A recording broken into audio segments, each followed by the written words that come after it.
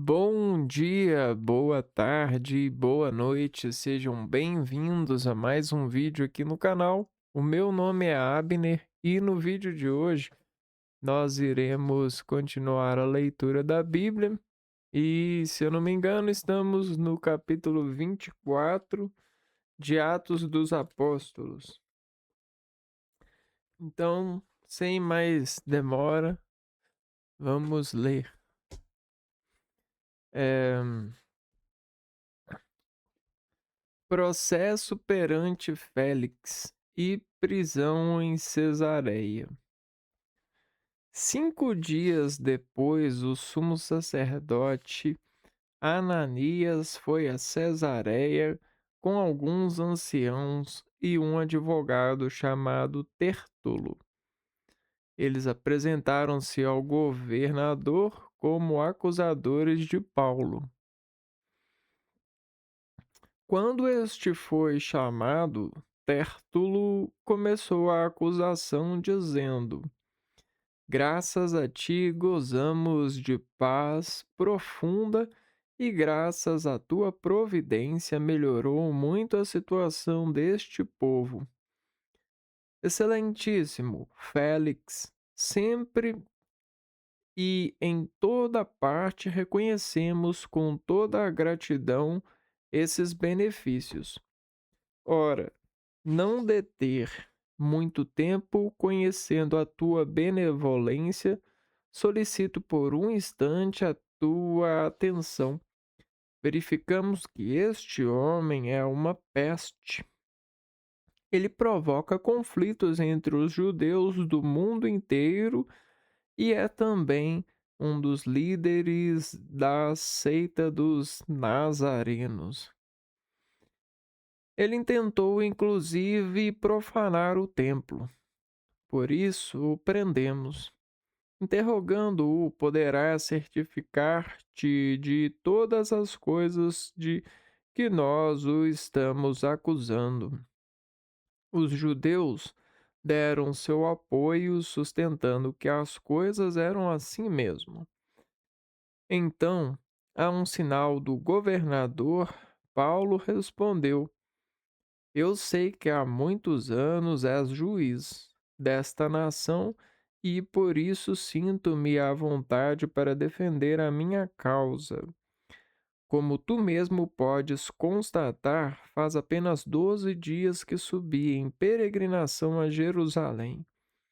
Ora, nem no templo, nem nas sinagogas, nem pela cidade, alguém me viu discutindo com outras pessoas ou provocando desordem na multidão. Eles não podem provar aquilo de que agora me acusam. Confesso-te, porém, uma coisa: é segundo o caminho que eles chamam de seita que eu sirvo o Deus de nossos pais. Acredito em tudo que está conforme a lei e em tudo que se encontra escrito nos profetas. Tenho em Deus a mesma esperança que eles têm, que há de acontecer a ressurreição dos justos e dos injustos. Por isso, eu também me esforço por manter sempre a consciência irrepreensível diante de Deus e dos homens. Depois de muitos anos, vim trazer esmolas para o meu povo e também apresentar ofertas. Eles me encontraram no templo ocupado nisso, tendo-me devidamente purificado. Não havia ajuntamento nem tumulto. Mas então sobreviveram alguns judeus da Ásia.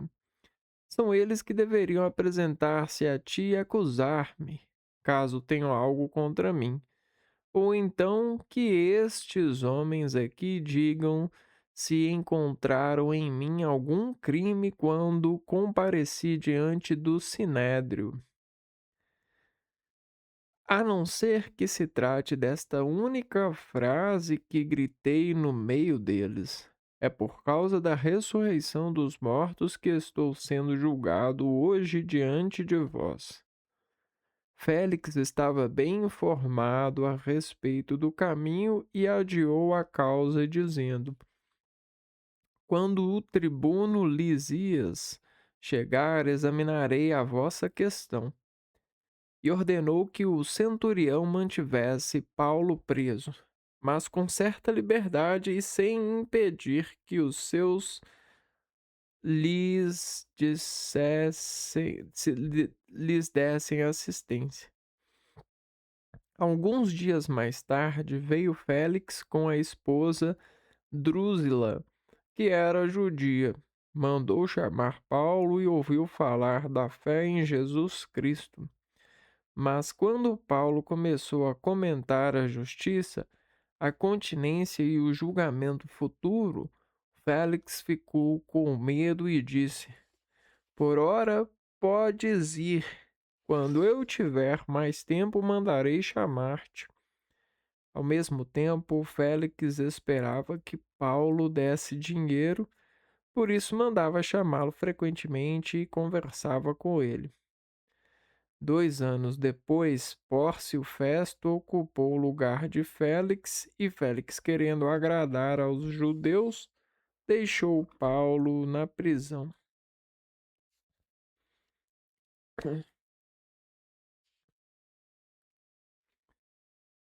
Ah, então, esse foi o capítulo 24 de Atos dos Apóstolos, e temos diante desse único texto, né, processo perante Félix e prisão em Cesareia,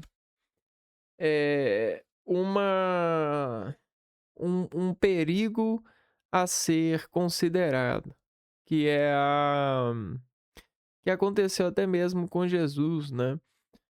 É a vontade popular, né? O populismo, falando dessa forma.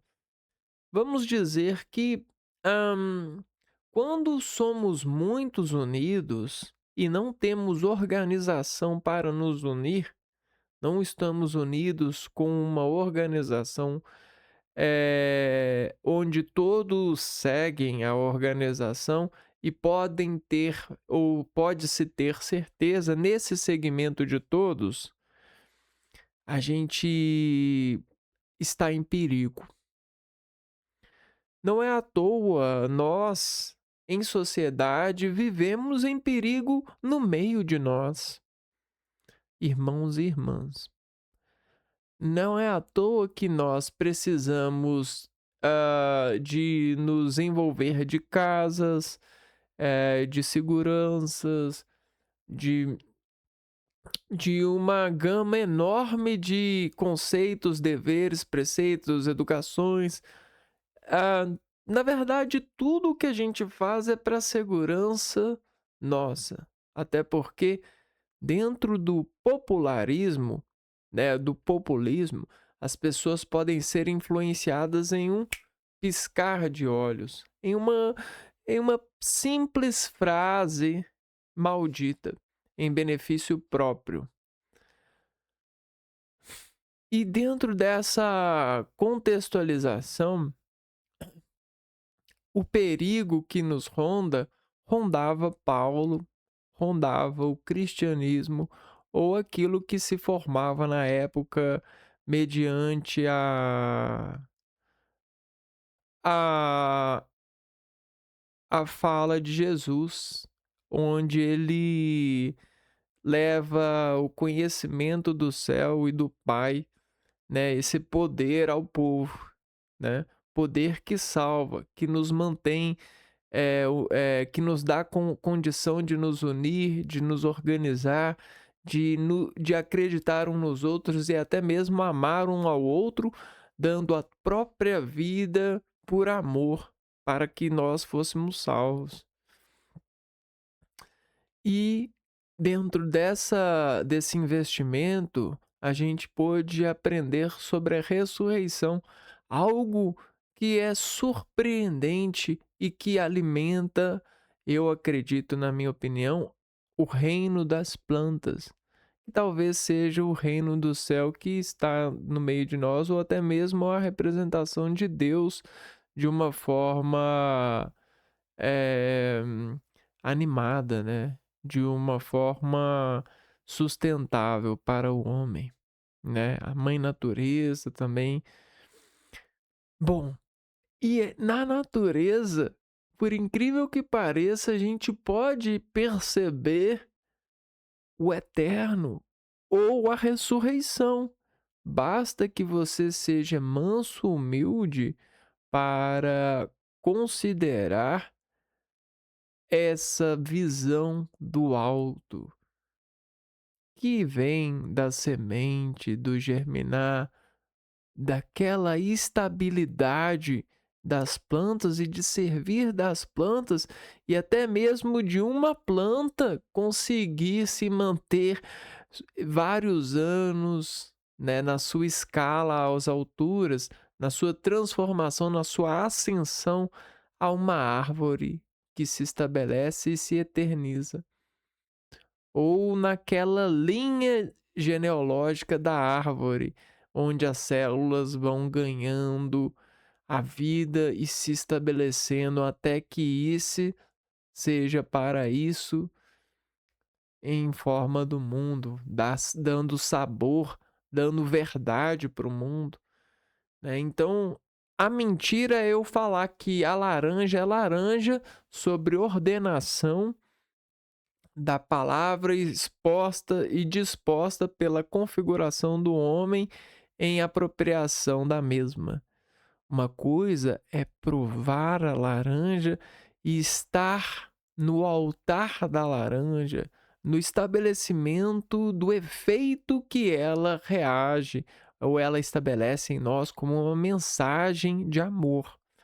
Só que a mesma mensagem de amor, se não for praticada com o apreender do espírito, ou seja, com a observação desses mandamentos, a mensagem pode ser não tão saborável assim. Então a gente precisa de aprender até mesmo o caminho do céu, o caminho da salvação, o caminho do colher no tempo certo, da esperança, dos auxílios, da graça.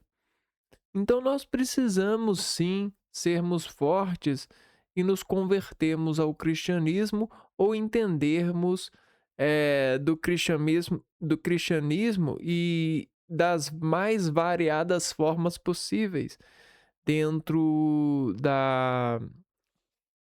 dessa possibilidade. Deus nos deu a graça de sermos livres e podermos habitar, e nesse habitar podermos nos conectar com Ele e o seguirmos, né? E nesse segmento a gente pode aprender uns com os outros. Então, não é que você precise se candidatar a uma figura cristã, não é que você precise seguir, ir na igreja, dar isso, daquilo. Não, isso vem do amor dos irmãos, de um para com o outro. Mas a realidade é que você já está fabricado para isso. Você foi feito, preparado para o amor. Tanto para se encarregar dele, quanto para doar ele, porque ele é o que te faz ver a Cristo, conhecer a Deus e se salvar verdadeiramente, dando controle a você e te fazendo escolher o bem. Então, essa é a verdade.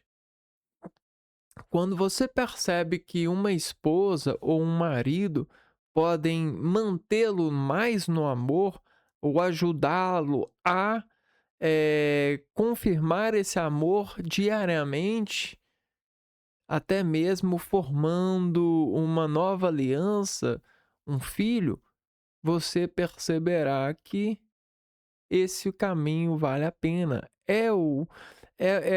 Vale a pena. Só que você não precisa da esposa nem do filho nesse sentido, porque você já foi feito para isso. Acontece que a esposa te dar um upgrade, o marido vai te dar um upgrade, vai fortalecer esse laço, entendeu? Ele vai habitar em você de uma forma mais consistente dentro da sua dupla, né? Você crescerá em, em crença, né? Em realidade. Você realizará o sacrifício eterno. Entretanto, não é só assim que a gente se sacrifica, né? Na verdade, a gente se relaciona a partir do amor com diversas formas e o espírito ele é preciso nas suas formas de se relacionar. Até mesmo uma folha que você muda do lugar, uma folha caída no chão, faz todo sentido para o espírito e para a sua reprodução em vida, nessa consciência do amor, né? Então, é claro que não isso é uma forma de entender a sensibilidade e a escala, mas Deus, o homem, ele não foi feito para se transformar em um obsessivo compulsivo em relação a tudo isso, dentro desse contrato com a fé e nessa expectativa. Não adianta você achar que precisa de estar em todo momento se guiando pelo bem, porque não é assim, né? Na verdade, o bem, ele te chama, ele não te manda, e não é uma ordem. Porque tudo que acontece é em nome de Deus e tudo que acontece, por incrível que pareça, de alguma forma é um bem para Deus. Pois Deus salva até aquilo que você não está preparado para entender da salvação. Às vezes, alguém que morre, você não entende que essa morte foi para salvação, foi para Deus. Então, nós somos limitados. E quando a gente acredita em Deus, a gente consegue entender do ilimitado. E entendendo do ilimitado, a gente passa a perceber que a gente não precisa ser obsessivo, a gente não precisa vigiar os outros, a gente não precisa de acreditar que foi por nossa causa, pois a culpa é uma mera estimativa humana para descontar uns nos outros e se fortalecerem argumentos de contrastes exibicionistas sobre um considerado. Mas, na verdade, quando a gente culpa alguém, a gente está se eximindo da culpa e está convidando as pessoas a considerar alguém culpado, embora a gente saiba que estamos errados, pois não há culpado. A verdade é que, se você disser que alguém é culpado de alguma coisa, você está entregando o poder todo a esse alguém. Você está dizendo que ele é muito poderoso, que ele é mais poderoso que Deus. E essa não é a verdade. Nós sabemos disso. Para que alguma coisa acontecesse e trouxesse à vida algum culpado, foi muita coisa que aconteceu, muita edição, muita Ave Maria, muito Pai Nosso. Então, vamos tentar sermos honestos e raciocinar dentro daquilo que nós podemos dar amor e frequentar o amor. Quando alguma coisa acontece de errado, precisamos aprender e não culpar. A gente precisa de pedir perdão e se ocupar desse exercício. A gente precisa de nos unir e dizermos a nós mesmos: somos culpados por isso. Erramos aqui, mas graças a Deus, Deus acertou e Ele pode nos deixar não errar mais nisso, nos ensinando um caminho, né, ou nos ajudando a construir um caminho onde reduzirá esse esse dano, essa consequência, esse ato, esse erro nosso, porque não é de uma pessoa só. "Ah, é por causa de fulano, ciclano, beltrano", não, é injusto. É injusto você fazer uma pessoa acreditar que ela é portadora dessa culpa. Vamos ser honestos uns com os outros e aprendermos sobre essa esse populismo, né, do qual nós estamos e somos muitas vezes levados em influências a apostarmos nossas fichas em coisas que não são bacanas, não são não são necessárias, mas dentro da influência se passa a ser necessária momentaneamente e em um relapso de momento a gente é levado a sair do objetivo, a sair do autoconhecimento, do caminho, de controle do amor que o Espírito Santo seguia na conexão com Deus. E aí a gente investe em uma coisa que não é pro amor, é por ambição, é por pecado. Então, precisamos de desviar desse pecado e sermos fiéis a Deus e aguardarmos esse o estar, o dia, a possibilidade da salvação que que nos é que nos é convidada a observar e crer, né? Pois se vivemos, vale a pena vivermos para algo. E esse algo é, acima de tudo, algo que está no controle do Criador. É Ele que sabe, eh, por que vemos, por que estamos e por que, eh, e para onde iremos. Ele está na decisão. Acredite e siga com como der, né. Não se preocupe com, ah, não se preocupe com coisas que não estão no seu alcance, né. Muitas pessoas, acham ou são levadas a achar que elas não conseguiram algo na vida por causa que elas não foram feitas boas o bastantes, que elas não têm habilidades, não têm dons. Isso é uma pura de uma falácia, uma mentira, uma desordem na compreensão do raciocínio que a pessoa impera. É uma mortificação do exército que psicologicamente alia as suas sinapses em ordem de entendimento de si e do seu controle. Isso é uma falácia.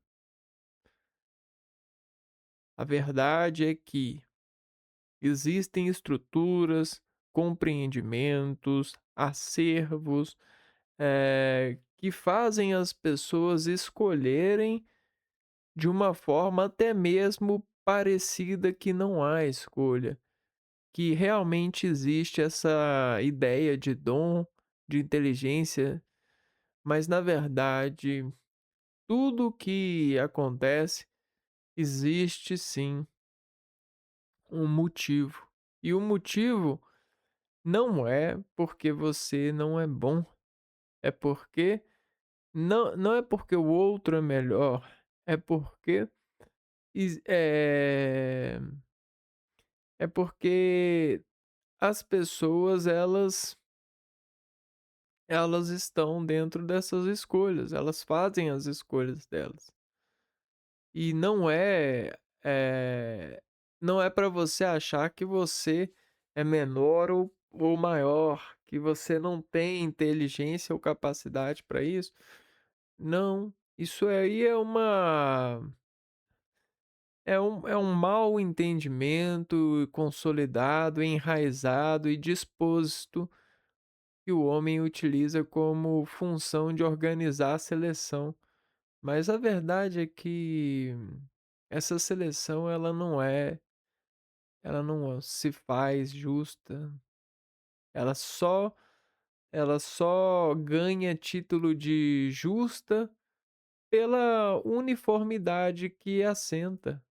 A gente não tem como escolher um meio. Já foram escolhidos, já escolheram, entende? Não existe possibilidade, opção, sabe? E essa opção que escolhem formata a reação dos agentes em várias escalas de percepção desse reagir. Mas essas não são a verdade. A verdade é que, se uma vez nós levantamos e caminhamos nesse caminho, quer dizer que nós, sim, estávamos preparadíssimos para continuar. Acontece é que não nos deixaram continuar. Houve alguma coisa que impediu impediu que a gente não continuasse caminhando, pois estávamos dispostos em continuar. Estávamos dispostos a continuar.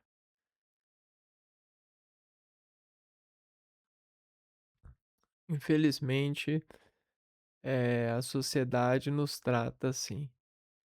Ela nos faz desistir sem que estejamos dispostos a desistir. Se nós levantamos e fomos, se nós fizemos, passamos pelas etapas, quer dizer que nós sim fomos vitoriosos, vencemos. Nós podia sim ser aberto para nós as portas. Nós iríamos,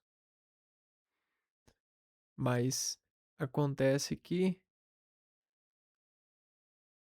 existe essa seleção, esse meio, essa forma, e isso causa em nós uma coisa que não se parece com Deus. E aí, às vezes, a gente entra em choque porque a gente fica procurando na realidade, na leitura,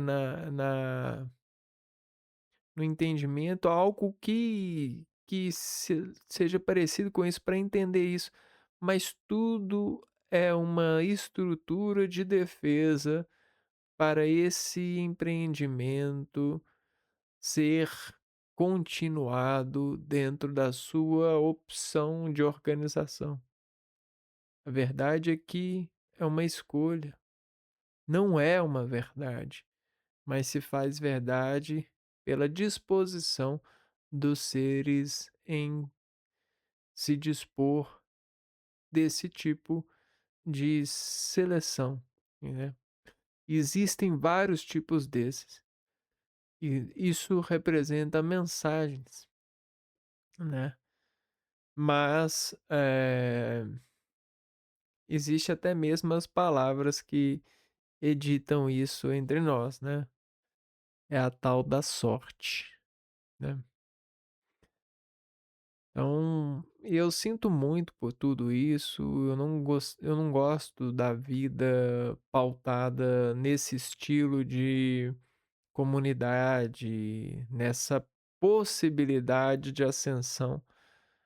Eu não gosto. Eu acho que existe o mérito, a honra de nascer em uma família ou ir, né? Né ou não. É ir. Nascer uma família, estudar e ser elevado graças a tudo, e não na disposição crítica de nos dar reações que destoam-nos da cura e da libertação, da do encontro com os irmãos, do evangelho, da prática, da libertação, da graças. Então eu acredito que não há como selecionar e dizer não para alguém que vive e se apresenta, né, como vivo, como um caminhante, como alguém que caminha, que vai, que se dispõe aí, que poderia morrer por ter ido. Então, vamos pensar, é importante que se mude isso, porque isso é escroto, é extraordinariamente cruel, é insano. Não desejo isso para ninguém, nem para o meu pior inimigo, porque se ele for sair com disposição de morrer, com possibilidade de morrer, para conquistar algo, ele merece a honra e a glória, ele merece a passagem, ele merece. Quando você coloca alguém nesse ir e dá a ele essa morte, essas várias mortes, esses vários não, você cria-se uma vergonha, é uma coisa muito desencantável, é uma baixa, é um egoísmo totalmente grotesco. É como se os seres humanos, eles não precisassem ser cruéis, mas fazem de conta que a crueldade é um estimulante sexual, é uma orgia de nãos. Quantas pessoas vão receber nãos nesse dia? E aí a gente vai pimentar, a gente vai gozar dos poucos que conseguiram em meio aos muitos que não. Mas foram, mas saíram de casa, mas estudaram, mas disseram sim.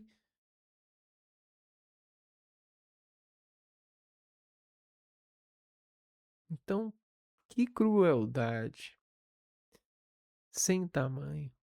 Eu eu odeio esse hábito de vida. Eu acredito sim na educação, eu acredito no respeito, na família, em Jesus Cristo como o meu Salvador, mas eu acredito que todo aquele que estudar, que fizer as coisas direitinho, ele não merece ser julgado quanto à possibilidade de ser empregado, de ganhar o seu emprego, de estar na comunidade, de ser elevado e exaltado como alguém que está procurando o bem. Ele não deve ser julgado, não deve se criar um sistema de segurança e espionagem para julgá-lo em meio a isso. A gente tem muito mais trabalho do que essa auditoria, essa supervisão, essa compreensão por baixo dos panos. A gente tem muito mais o que fazer do que essa disposição de saber sobre a arquitetura e as possibilidades de estar ou não na graça. Então, toda essa essa justificação, esses ajustes, uma hora eles vão eles vão os mostrar para vocês que não tem fundamento, que é uma desgraça na vida da gente, que não é organizado, que não é inteligente, que não é acessível, que não é cura, que não é amor. É apenas uma mera forma institucional de nos desagradar para a graça de alguns. Então, que a gente possa entender que não deve ser assim. Esse não deve ser o anúncio do evangelho. Essa não deve ser a comunhão entre os irmãos. Acho que dividir o pão não pergunta, né, na divisão do pão, Jesus não pergunta: "Ó, quem aqui ganhou quem aqui tem alguém aqui que tirou mais pontos do que esses 12 apóstolos? Ah, então pode substituir o que tirou menos pontos". E eu acho que Jesus não pergunta isso, na hora que ele vai dividir alguma coisa. Por que é ser humano? Por que que você quer ser desse jeito?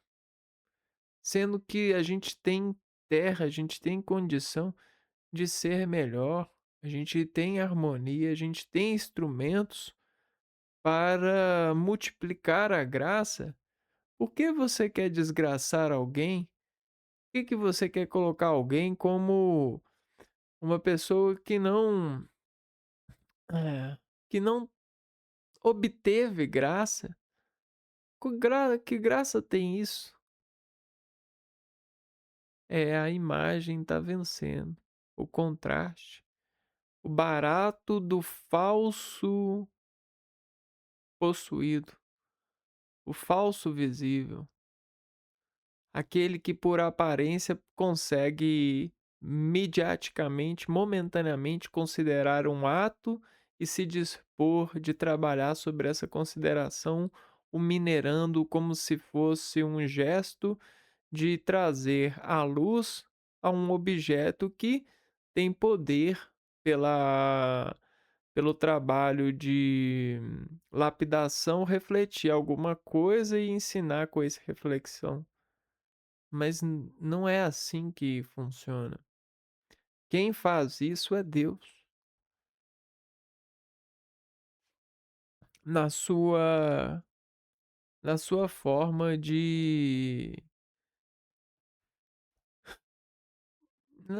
na verdade, Deus já fez isso. O ser humano não precisa fazer, mas o ser humano tenta brincar de ser Deus, né? De julgar uns aos outros, de disseminar o ódio, a desesperança, a incapacitação, a falha, revelar-nos como falhas.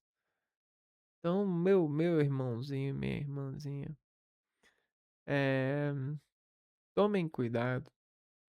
A justiça, a vida, ela não esse populismo, ele não está do lado do bem.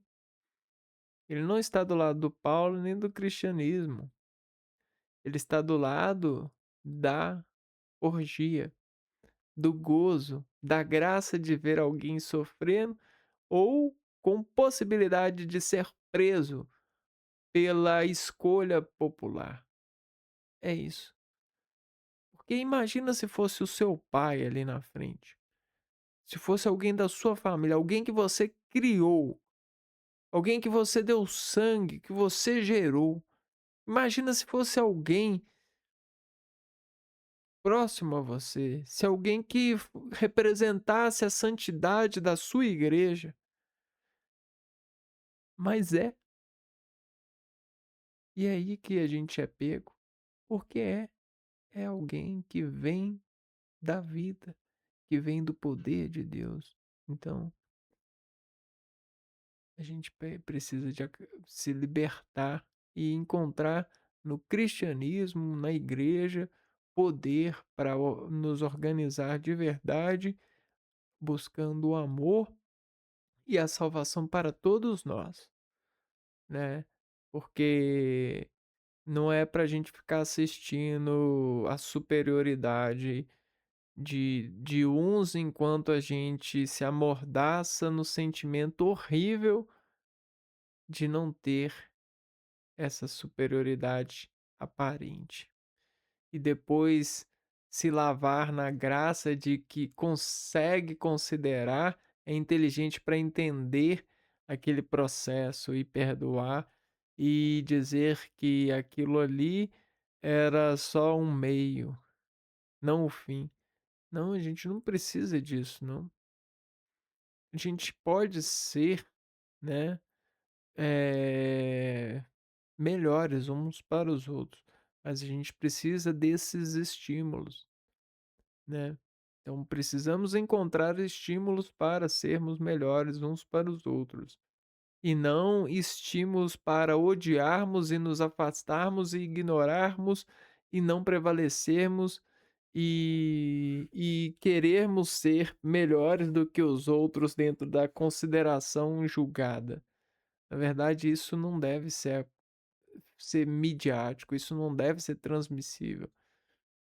A gente deve procurar um meio e não os extremos para esse essa modelagem. A gente não é diamante, a gente é vivo, a gente é servidor de Deus, graças, né. A gente serve a Deus e graças a isso a gente recebe o amor que é tudo para nós. Então a gente precisa de entender isso. Não é espiando, não é sendo tecnológico, não é tendo poder, não é aplicando o desejo na pessoa, não é a estimulando com promessas. Não, você não é Deus, você não precisa de brincar de ser Deus. Deus já nos trouxe a vida. Vamos ser honestos, justos e irmãos. Vamos entender o nosso lugar, o nosso papel e a nossa humildade. Tudo que a gente fizer tem que ser para o bem e não para nos perdermos em materialismos ou até mesmo em falsas crenças, né? O desgelo, a solidificação do ser. O ser ele é vibrante, ele é espírito, ele é graça, ele não é sólido, ele é fluido, né? E graças a Deus isso nos salva. Não é ninguém que precisa nos prender com os seus encantamentos. Na verdade, quem quem encanta, na verdade, não não não tem encantamento, né? Procura em algo para encantar. Deus é todo o encantamento que precisamos. É tudo aquilo que nos trouxe, nos fez e nos dá. O ser que tenta imitar Deus é aquele que finge encantar. Mas na verdade, a gente tem que tomar cuidado, porque as aplicações elas fazem essas ah, essas infundadas percepções no homem. O homem ele precisa perceber o que é amor e não o que é essa criatura que às vezes monstrua-se, né, faz monstruosidade para colher mais do que o outro, para matar o outro, como Caim matou Abel por ciúmes, por ambição, essas coisas. Mas esse ciúmes pode ser várias coisas, né? Pode se encaixar em várias coisas. Então, é isso mesmo. Então, a gente vai ficando por aqui. Nos vemos no próximo vídeo. Um abraço para vocês e fui.